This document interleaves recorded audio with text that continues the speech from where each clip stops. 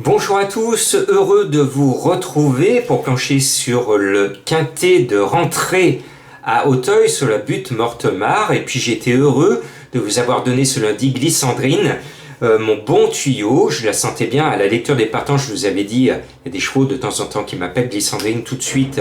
J'ai bien senti, j'en ai fait mon coup de cœur, 3e à 12 contre 1. Je vous donne le tiercé en 4 ce lundi. Dimanche, c'était le tiercé en 4. Et samedi, c'était le gros tiercé quarté du critérium des 5 ans. Donc, je vais essayer de faire la passe de 4. Allez, on y va? Vous êtes prêts? Alors, moi, je mets en tête de ma sélection. Je ne me pose pas de questions, vous me connaissez. Quand il y a des quintés d'obstacles, depuis un an, je mets toujours Nicole en tête sans me poser de questions. Donc, je mets Nicole en tête. En plus, son cheval me parle. C'est Déporte-toi, le numéro 6. Alors, il faut qu'il reste droit, parce que s'il se déporte, il va se tromper de piste et on ne le verra pas à l'arrivée. Donc, j'espère que pour une fois, ce cheval ne va pas justifier son nom. Mais Nicole, il est toujours à l'arrivée. L'année dernière, il a fait le jumelé gagnant et j'avais mis les deux en tête. Donc, je me souviens bien que Nicole, il fait de cette course de rentrée son objectif avant de faire monter en puissance ses chevaux. Le cheval Déporte-toi est tout neuf, il n'a encore rien montré. S'il court ce quintet, ça veut dire que Nicole est sûr de son coup et il court pour la gagne. Vous voilà prévenu. Bon, c'est pas une grosse révélation, le cheval va partir à une petite cote.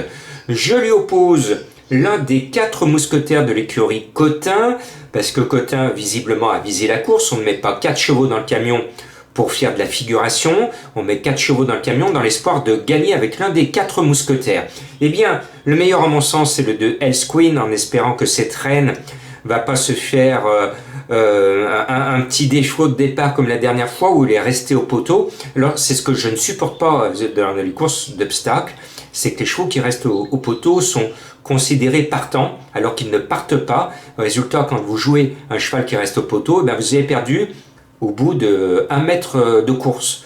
Et ça, c'est quelque chose dans le monde des courses qui est complètement illogique. Un cheval qui reste au poteau devrait être déclaré non partant et ses preneurs remboursés. Ce serait la moindre des politesses et surtout la moindre des honnêtetés de rembourser un cheval qui reste au poteau.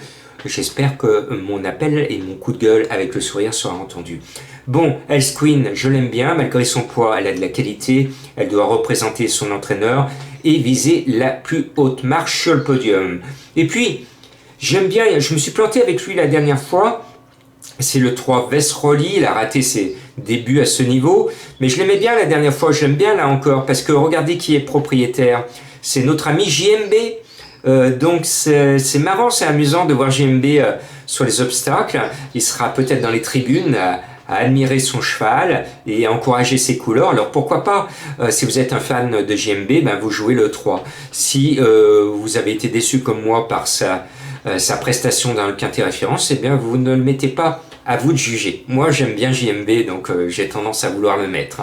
En 4e position, c'est le favori un peu douteux. C'est le 4 Zarisk. Zarisk, eh ben, c'est l'un des 4 mousquetaires Cotin. On sait que c'est l'un des bons, qu'il a la pointure des quintets. Mais ce que l'on sait aussi, c'est qu'il fait sa rentrée.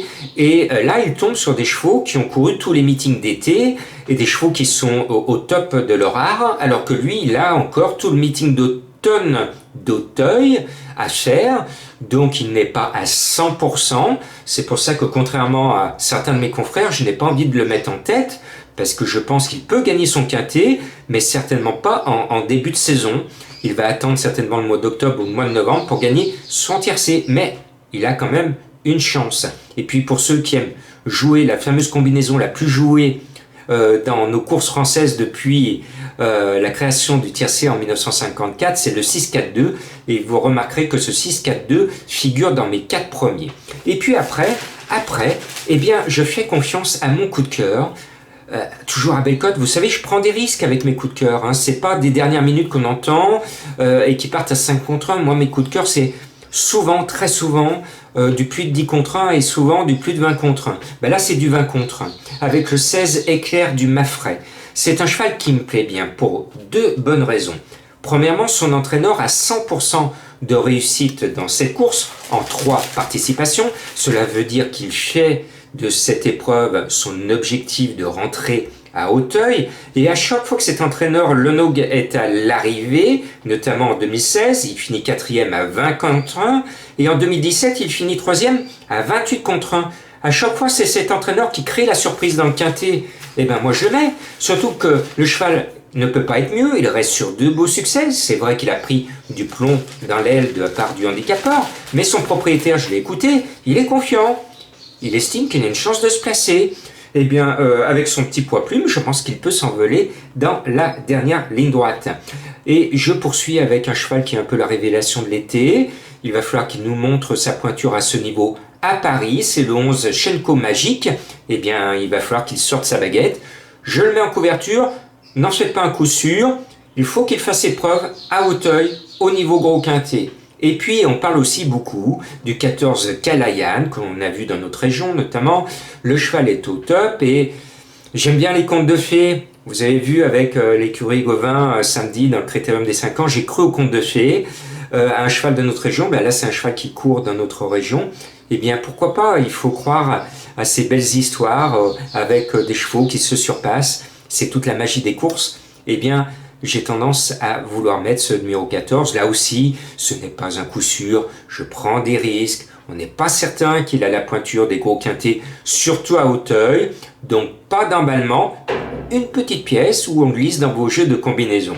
Et puis, il y a un cheval qui me plaît bien. C'est le 5 Pétéla Dureux. Je vous l'indiquais chaudement la dernière fois. Eh bien, regardez, il y a une performance qui m'attire l'œil et qui lui donne ici une toute première chance. Le 19 mai à Auteuil, Pétéla finit 5e et bat qui? Elle bat Zarisk. Et ce jour-là, elle le bat de 2 longueurs et ce jour-là, elle lui rend 2 kilos, Pétéla Dureux.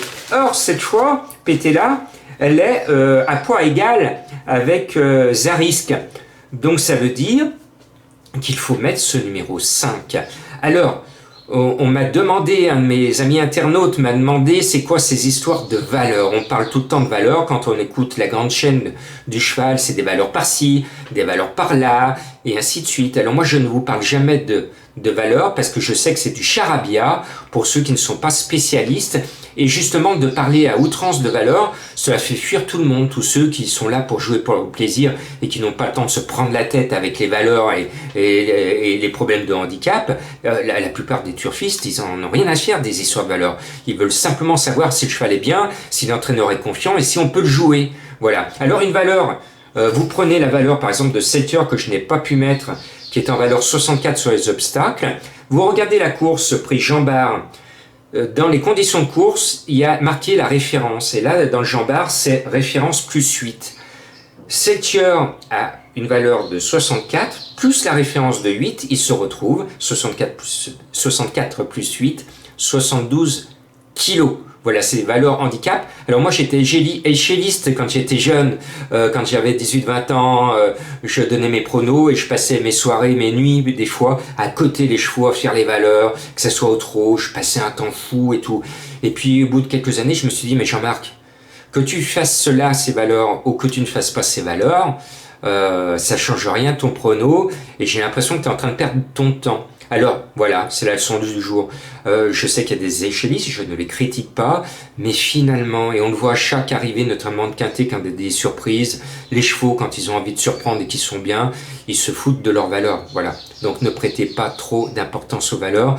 Et quand on parle de valeurs, eh ben, adressez-vous qu'à ceux qui sont de vrais spécialistes et ne vous adressez pas à nos amis turfistes parce que ça veut rien dire quelque part. Voilà, c'était la leçon du jour sur la demande d'un ami internaute. J'espère que vous avez répondu à ma question. Je n'ai pas pu mettre Seltier parce que son entraîneur se plaint du poids. C'est le meilleur du lot. C'est vrai qu'il a 72 kilos. Alors finalement, je l'ai écarté pour mettre les chevaux du bas du tableau. Mais Seltier, le prochain coup, je vous le promets, je le mets parce qu'il est bon.